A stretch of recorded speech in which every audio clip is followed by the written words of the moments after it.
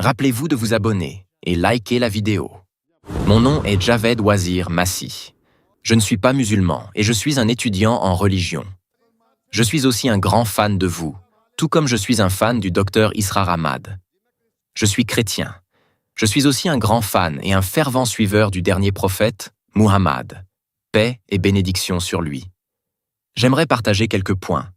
Si nous lisons dans la sourate Al-Maïda, il y est mentionné que ceux qui sont les plus proches de vous en foi sont les Nazaréens, les chrétiens. Ensuite, je voudrais évoquer un autre point. Quand vous avez traversé une période difficile, pardonnez-moi pour les termes que j'utilise, un roi chrétien vous a offert un refuge. Puis, je réfléchis à ceci aussi. Lorsque le prophète, paix et bénédiction sur lui, se trouvait dans sa propre communauté, il y avait une femme veuve sur son chemin. Chaque fois qu'il passait, elle lui jetait des ordures. Mais lui, il baissait les yeux et passait avec un sourire. Qu'est-ce qui s'est passé? Après 2 ou 3 jours, cet incident s'est arrêté. Il s'est alors demandé pourquoi cela ne se produisait plus. Quand il a découvert que cette femme était alitée, malade, il est allé la voir, il a pris soin d'elle et lui a apporté de la nourriture. Posez votre question, Je frère. voulais dire que Muhammad, paix et bénédiction sur lui, est une miséricorde pour les mondes.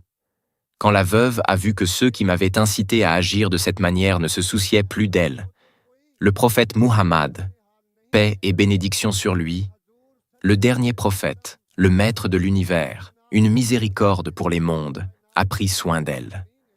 En voyant cet acte de compassion, elle a embrassé l'islam. Aujourd'hui, je regarde dans mon propre pays et en tant que chrétien, je vois que je suis regardé avec mépris. Pourtant, il a été appelé une miséricorde pour les mondes. Si nous ne traitons pas nos chrétiens comme le prophète, paix et bénédiction sur lui, les a traités, alors comment pouvons-nous l'appeler une miséricorde pour les mondes? Merci beaucoup pour votre question. Le frère, c'est une bonne question. Son nom est Javed Massi et il a donné un exemple. Il a mentionné que lorsque les compagnons du prophète, paix et bénédiction sur lui, ont émigré, le roi d'Abyssinie leur a offert un refuge. Il a également évoqué l'histoire d'une femme qui jetait des ordures. Et il dit qu'aujourd'hui, dans ce pays, les musulmans regardent les chrétiens avec mépris. Vous avez utilisé ces mots. Ils les regardent avec mépris. Mais pourquoi? Alors que le messager d'Allah est une miséricorde pour les mondes, pourquoi les musulmans regardent-ils avec mépris? Dans le Coran, Allah le Tout-Puissant dit dans la sourate Al-Maïda, sourate 5, verset 82, que ceux qui sont les plus proches des musulmans sont ceux qui disent qu'ils sont chrétiens. C'est un verset du Coran. Les plus proches des musulmans sont ceux qui disent « Nous sommes nazaréens ». Un tiers du Coran s'adresse aux gens du livre. Oui, un tiers du Coran s'adresse aux gens du livre, qu'ils soient juifs ou chrétiens. Alors, un tiers du Coran environ parle aux gens du livre. Votre question porte sur le fait que le messager d'Allah est une miséricorde pour les mondes. C'est indéniable. C'est confirmé par le verset du Coran dans la sourate Al-Anbiya, sourate 21, verset 107. Nous ne t'avons envoyé que comme une miséricorde pour les mondes.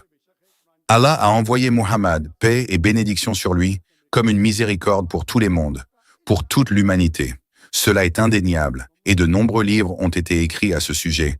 Si vous dites que des musulmans vous regardent avec mépris, il est important d'en comprendre la raison. Mais les musulmans ne devraient pas regarder les autres avec mépris, pas même un autre musulman. S'il y a une raison valable, je ne la connais pas. Pourquoi les regardent-ils ainsi? Si je vois une personne qui harcèle une femme, j'éprouverai aussi du mépris envers elle, qu'elle soit musulmane, hindoue ou chrétienne. Vous comprenez?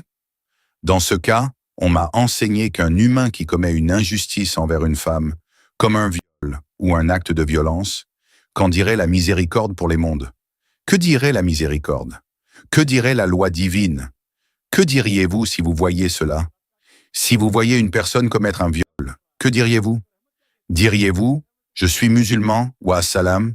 Le messager d'Allah, paix et bénédiction sur lui, a dit « Si vous voyez quelque chose de mal, corrigez-le de votre main. Si vous ne le pouvez pas, alors par la parole. Si ce n'est pas possible, alors détestez-le dans votre cœur. » Je donne cet exemple. Je ne dis pas que vous êtes une mauvaise personne. Je ne dis pas que vous faites quelque chose de mal. Mais si un musulman vous regarde avec mépris, Javed Bhai, sachez que je vous aime. Javed Bhai, sachez que je vous aime. Parlez dans le microphone, s'il vous plaît, dans le microphone. Je vous aime aussi.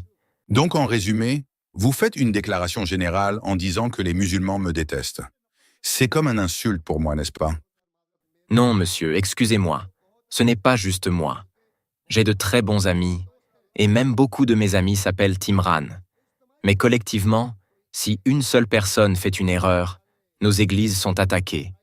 Devant nos yeux, on détruit notre foi, et nous restons silencieux comme des lâches, à regarder simplement. Car on ne nous a pas appris autre chose. Je parle ici de manière collective. Mon frère, ceci est une session de questions-réponses. Votre question était posée et j'y ai répondu. Si une personne vous déteste sans raison, cela est incorrect. Et selon un verset du Coran, parmi tous ceux qui ne sont pas musulmans, les plus proches sont les chrétiens. Si vous avez fait quelque chose de mal et que quelqu'un vous déteste, cela aussi est mentionné dans un verset du Coran. Les versets du Coran, sourate numéro 41, verset 34, sourate Fussilat, chapitre 41, verset 34. Si quelqu'un se comporte mal envers vous, rendez-le par le bien. Javed, mon frère, je vous parle. Si quelqu'un se comporte mal envers vous, le Coran dit, Allah Tout-Puissant dit, traitez-les avec bonté. Qui sait? Peut-être que votre ennemi deviendra votre ami. Ces versets du Coran proviennent de la sourate Fussilat, sourate numéro 41, verset 34. Alors, si un musulman n'agit pas selon le Coran, il sera considéré comme un musulman non pratiquant. Cela signifie que chaque musulman est bon avec les bonnes personnes. Et si une personne commet une erreur, dire que toute la communauté est en responsable est totalement incorrect. Cela n'est même pas permis en islam. Si une personne fait une erreur et qu'elle mérite une punition, elle doit être punie. Mais cela ne signifie pas que toute la communauté est responsable. En fait, si vous lisez l'histoire, si vous étudiez l'histoire, que ce soit au VIe siècle, au VIIe siècle ou au VIIIe siècle, vous verrez que ceux qui suivaient une religion générale se sentaient le plus en sécurité sous le règne de l'islam. Pourquoi? En islam, il est dit que si vous acceptez l'islam, c'est bien. Si vous ne l'acceptez pas, pas de problème. Vous payez un jizya. Le jizya n'est pas un gros montant, c'est beaucoup moins que votre impôt sur le revenu. Le jizya signifie que vous acceptez de ne pas adopter l'islam, mais que vous souhaitez vivre sous sa protection. En payant le jizya, vous obtenez cette protection. En islam, on appelle cela dhimmi. Si vous êtes non musulman sous la loi de la charia islamique, il est du devoir du pays musulman de vous protéger. Personne ne peut vous nuire. Et si une guerre éclate, vous n'êtes pas obligé de combattre. Ce sont les musulmans qui combattront pour vous. Et le jizya est une très petite somme, un petit pourcentage par rapport à l'impôt sur le revenu. C'est pourquoi, si vous lisez l'histoire, lorsque Salahuddin al-Ayyubi a attaqué Constantinople, à cette époque, il y avait plusieurs sectes parmi les chrétiens dans la religion chrétienne. Orthodoxes, protestants, catholiques. Même les chrétiens s'entretuaient entre eux. Et lorsque ces gens ont conquis Constantinople, ils ont commis des oppressions envers les musulmans. Mais lorsque Salahuddin al-Ayyubi a conquis la ville, les chrétiens ont eu peur et se sont dit « c'est notre fin ». Mais Salahuddin al-Ayyubi leur a dit « je suis Salahuddin al-Ayyubi, je suis musulman. Sous mon règne, vous serez en sécurité ». Et si vous lisez bien l'histoire, vous verrez que les chrétiens eux-mêmes souhaitaient que Salahuddin al-Ayyubi gouverne afin qu'il soit en sécurité. Donc lisez l'histoire. Ne jugez pas les musulmans en regardant leur comportement actuel. Lisez le Coran, lisez les hadiths, et vous verrez comment le Coran respecte les non-musulmans. On leur donne une invitation à accepter l'islam. S'ils acceptent, c'est une bonne chose. S'ils n'acceptent pas, alors si dans un pays islamique il y a une église ou un temple, il n'est pas permis de le détruire, sauf s'il provoque une sédition. C'est une règle. S'il provoque une sédition, c'est une autre question. Ainsi, dans un pays islamique, les non-musulmans sont les plus en sécurité. Je vais donner un exemple. Le pays d'où je viens, la Malaisie. En Malaisie, les hindous représentent 6%, 6,3%. Comparez cela à l'Inde, où la minorité musulmane représente 14,3%. Regardez comment l'Inde traite ses minorités musulmanes. En Malaisie, bien que les hindous soient seulement 6,2%, ils sont traités avec beaucoup de respect et disposent de nombreux droits. C'est un exemple. Je ne peux pas parler du Pakistan parce que je n'y vis pas. Je ne peux pas dire si le Pakistan traite bien ou mal les non-musulmans. Je n'ai pas le droit de parler de cela parce que je ne le connais pas. Mais en Malaisie où je vis, je sais qu'ils ont beaucoup de droits. Donc en islam, les non-musulmans sont en sécurité tant qu'ils ne provoquent pas de sédition.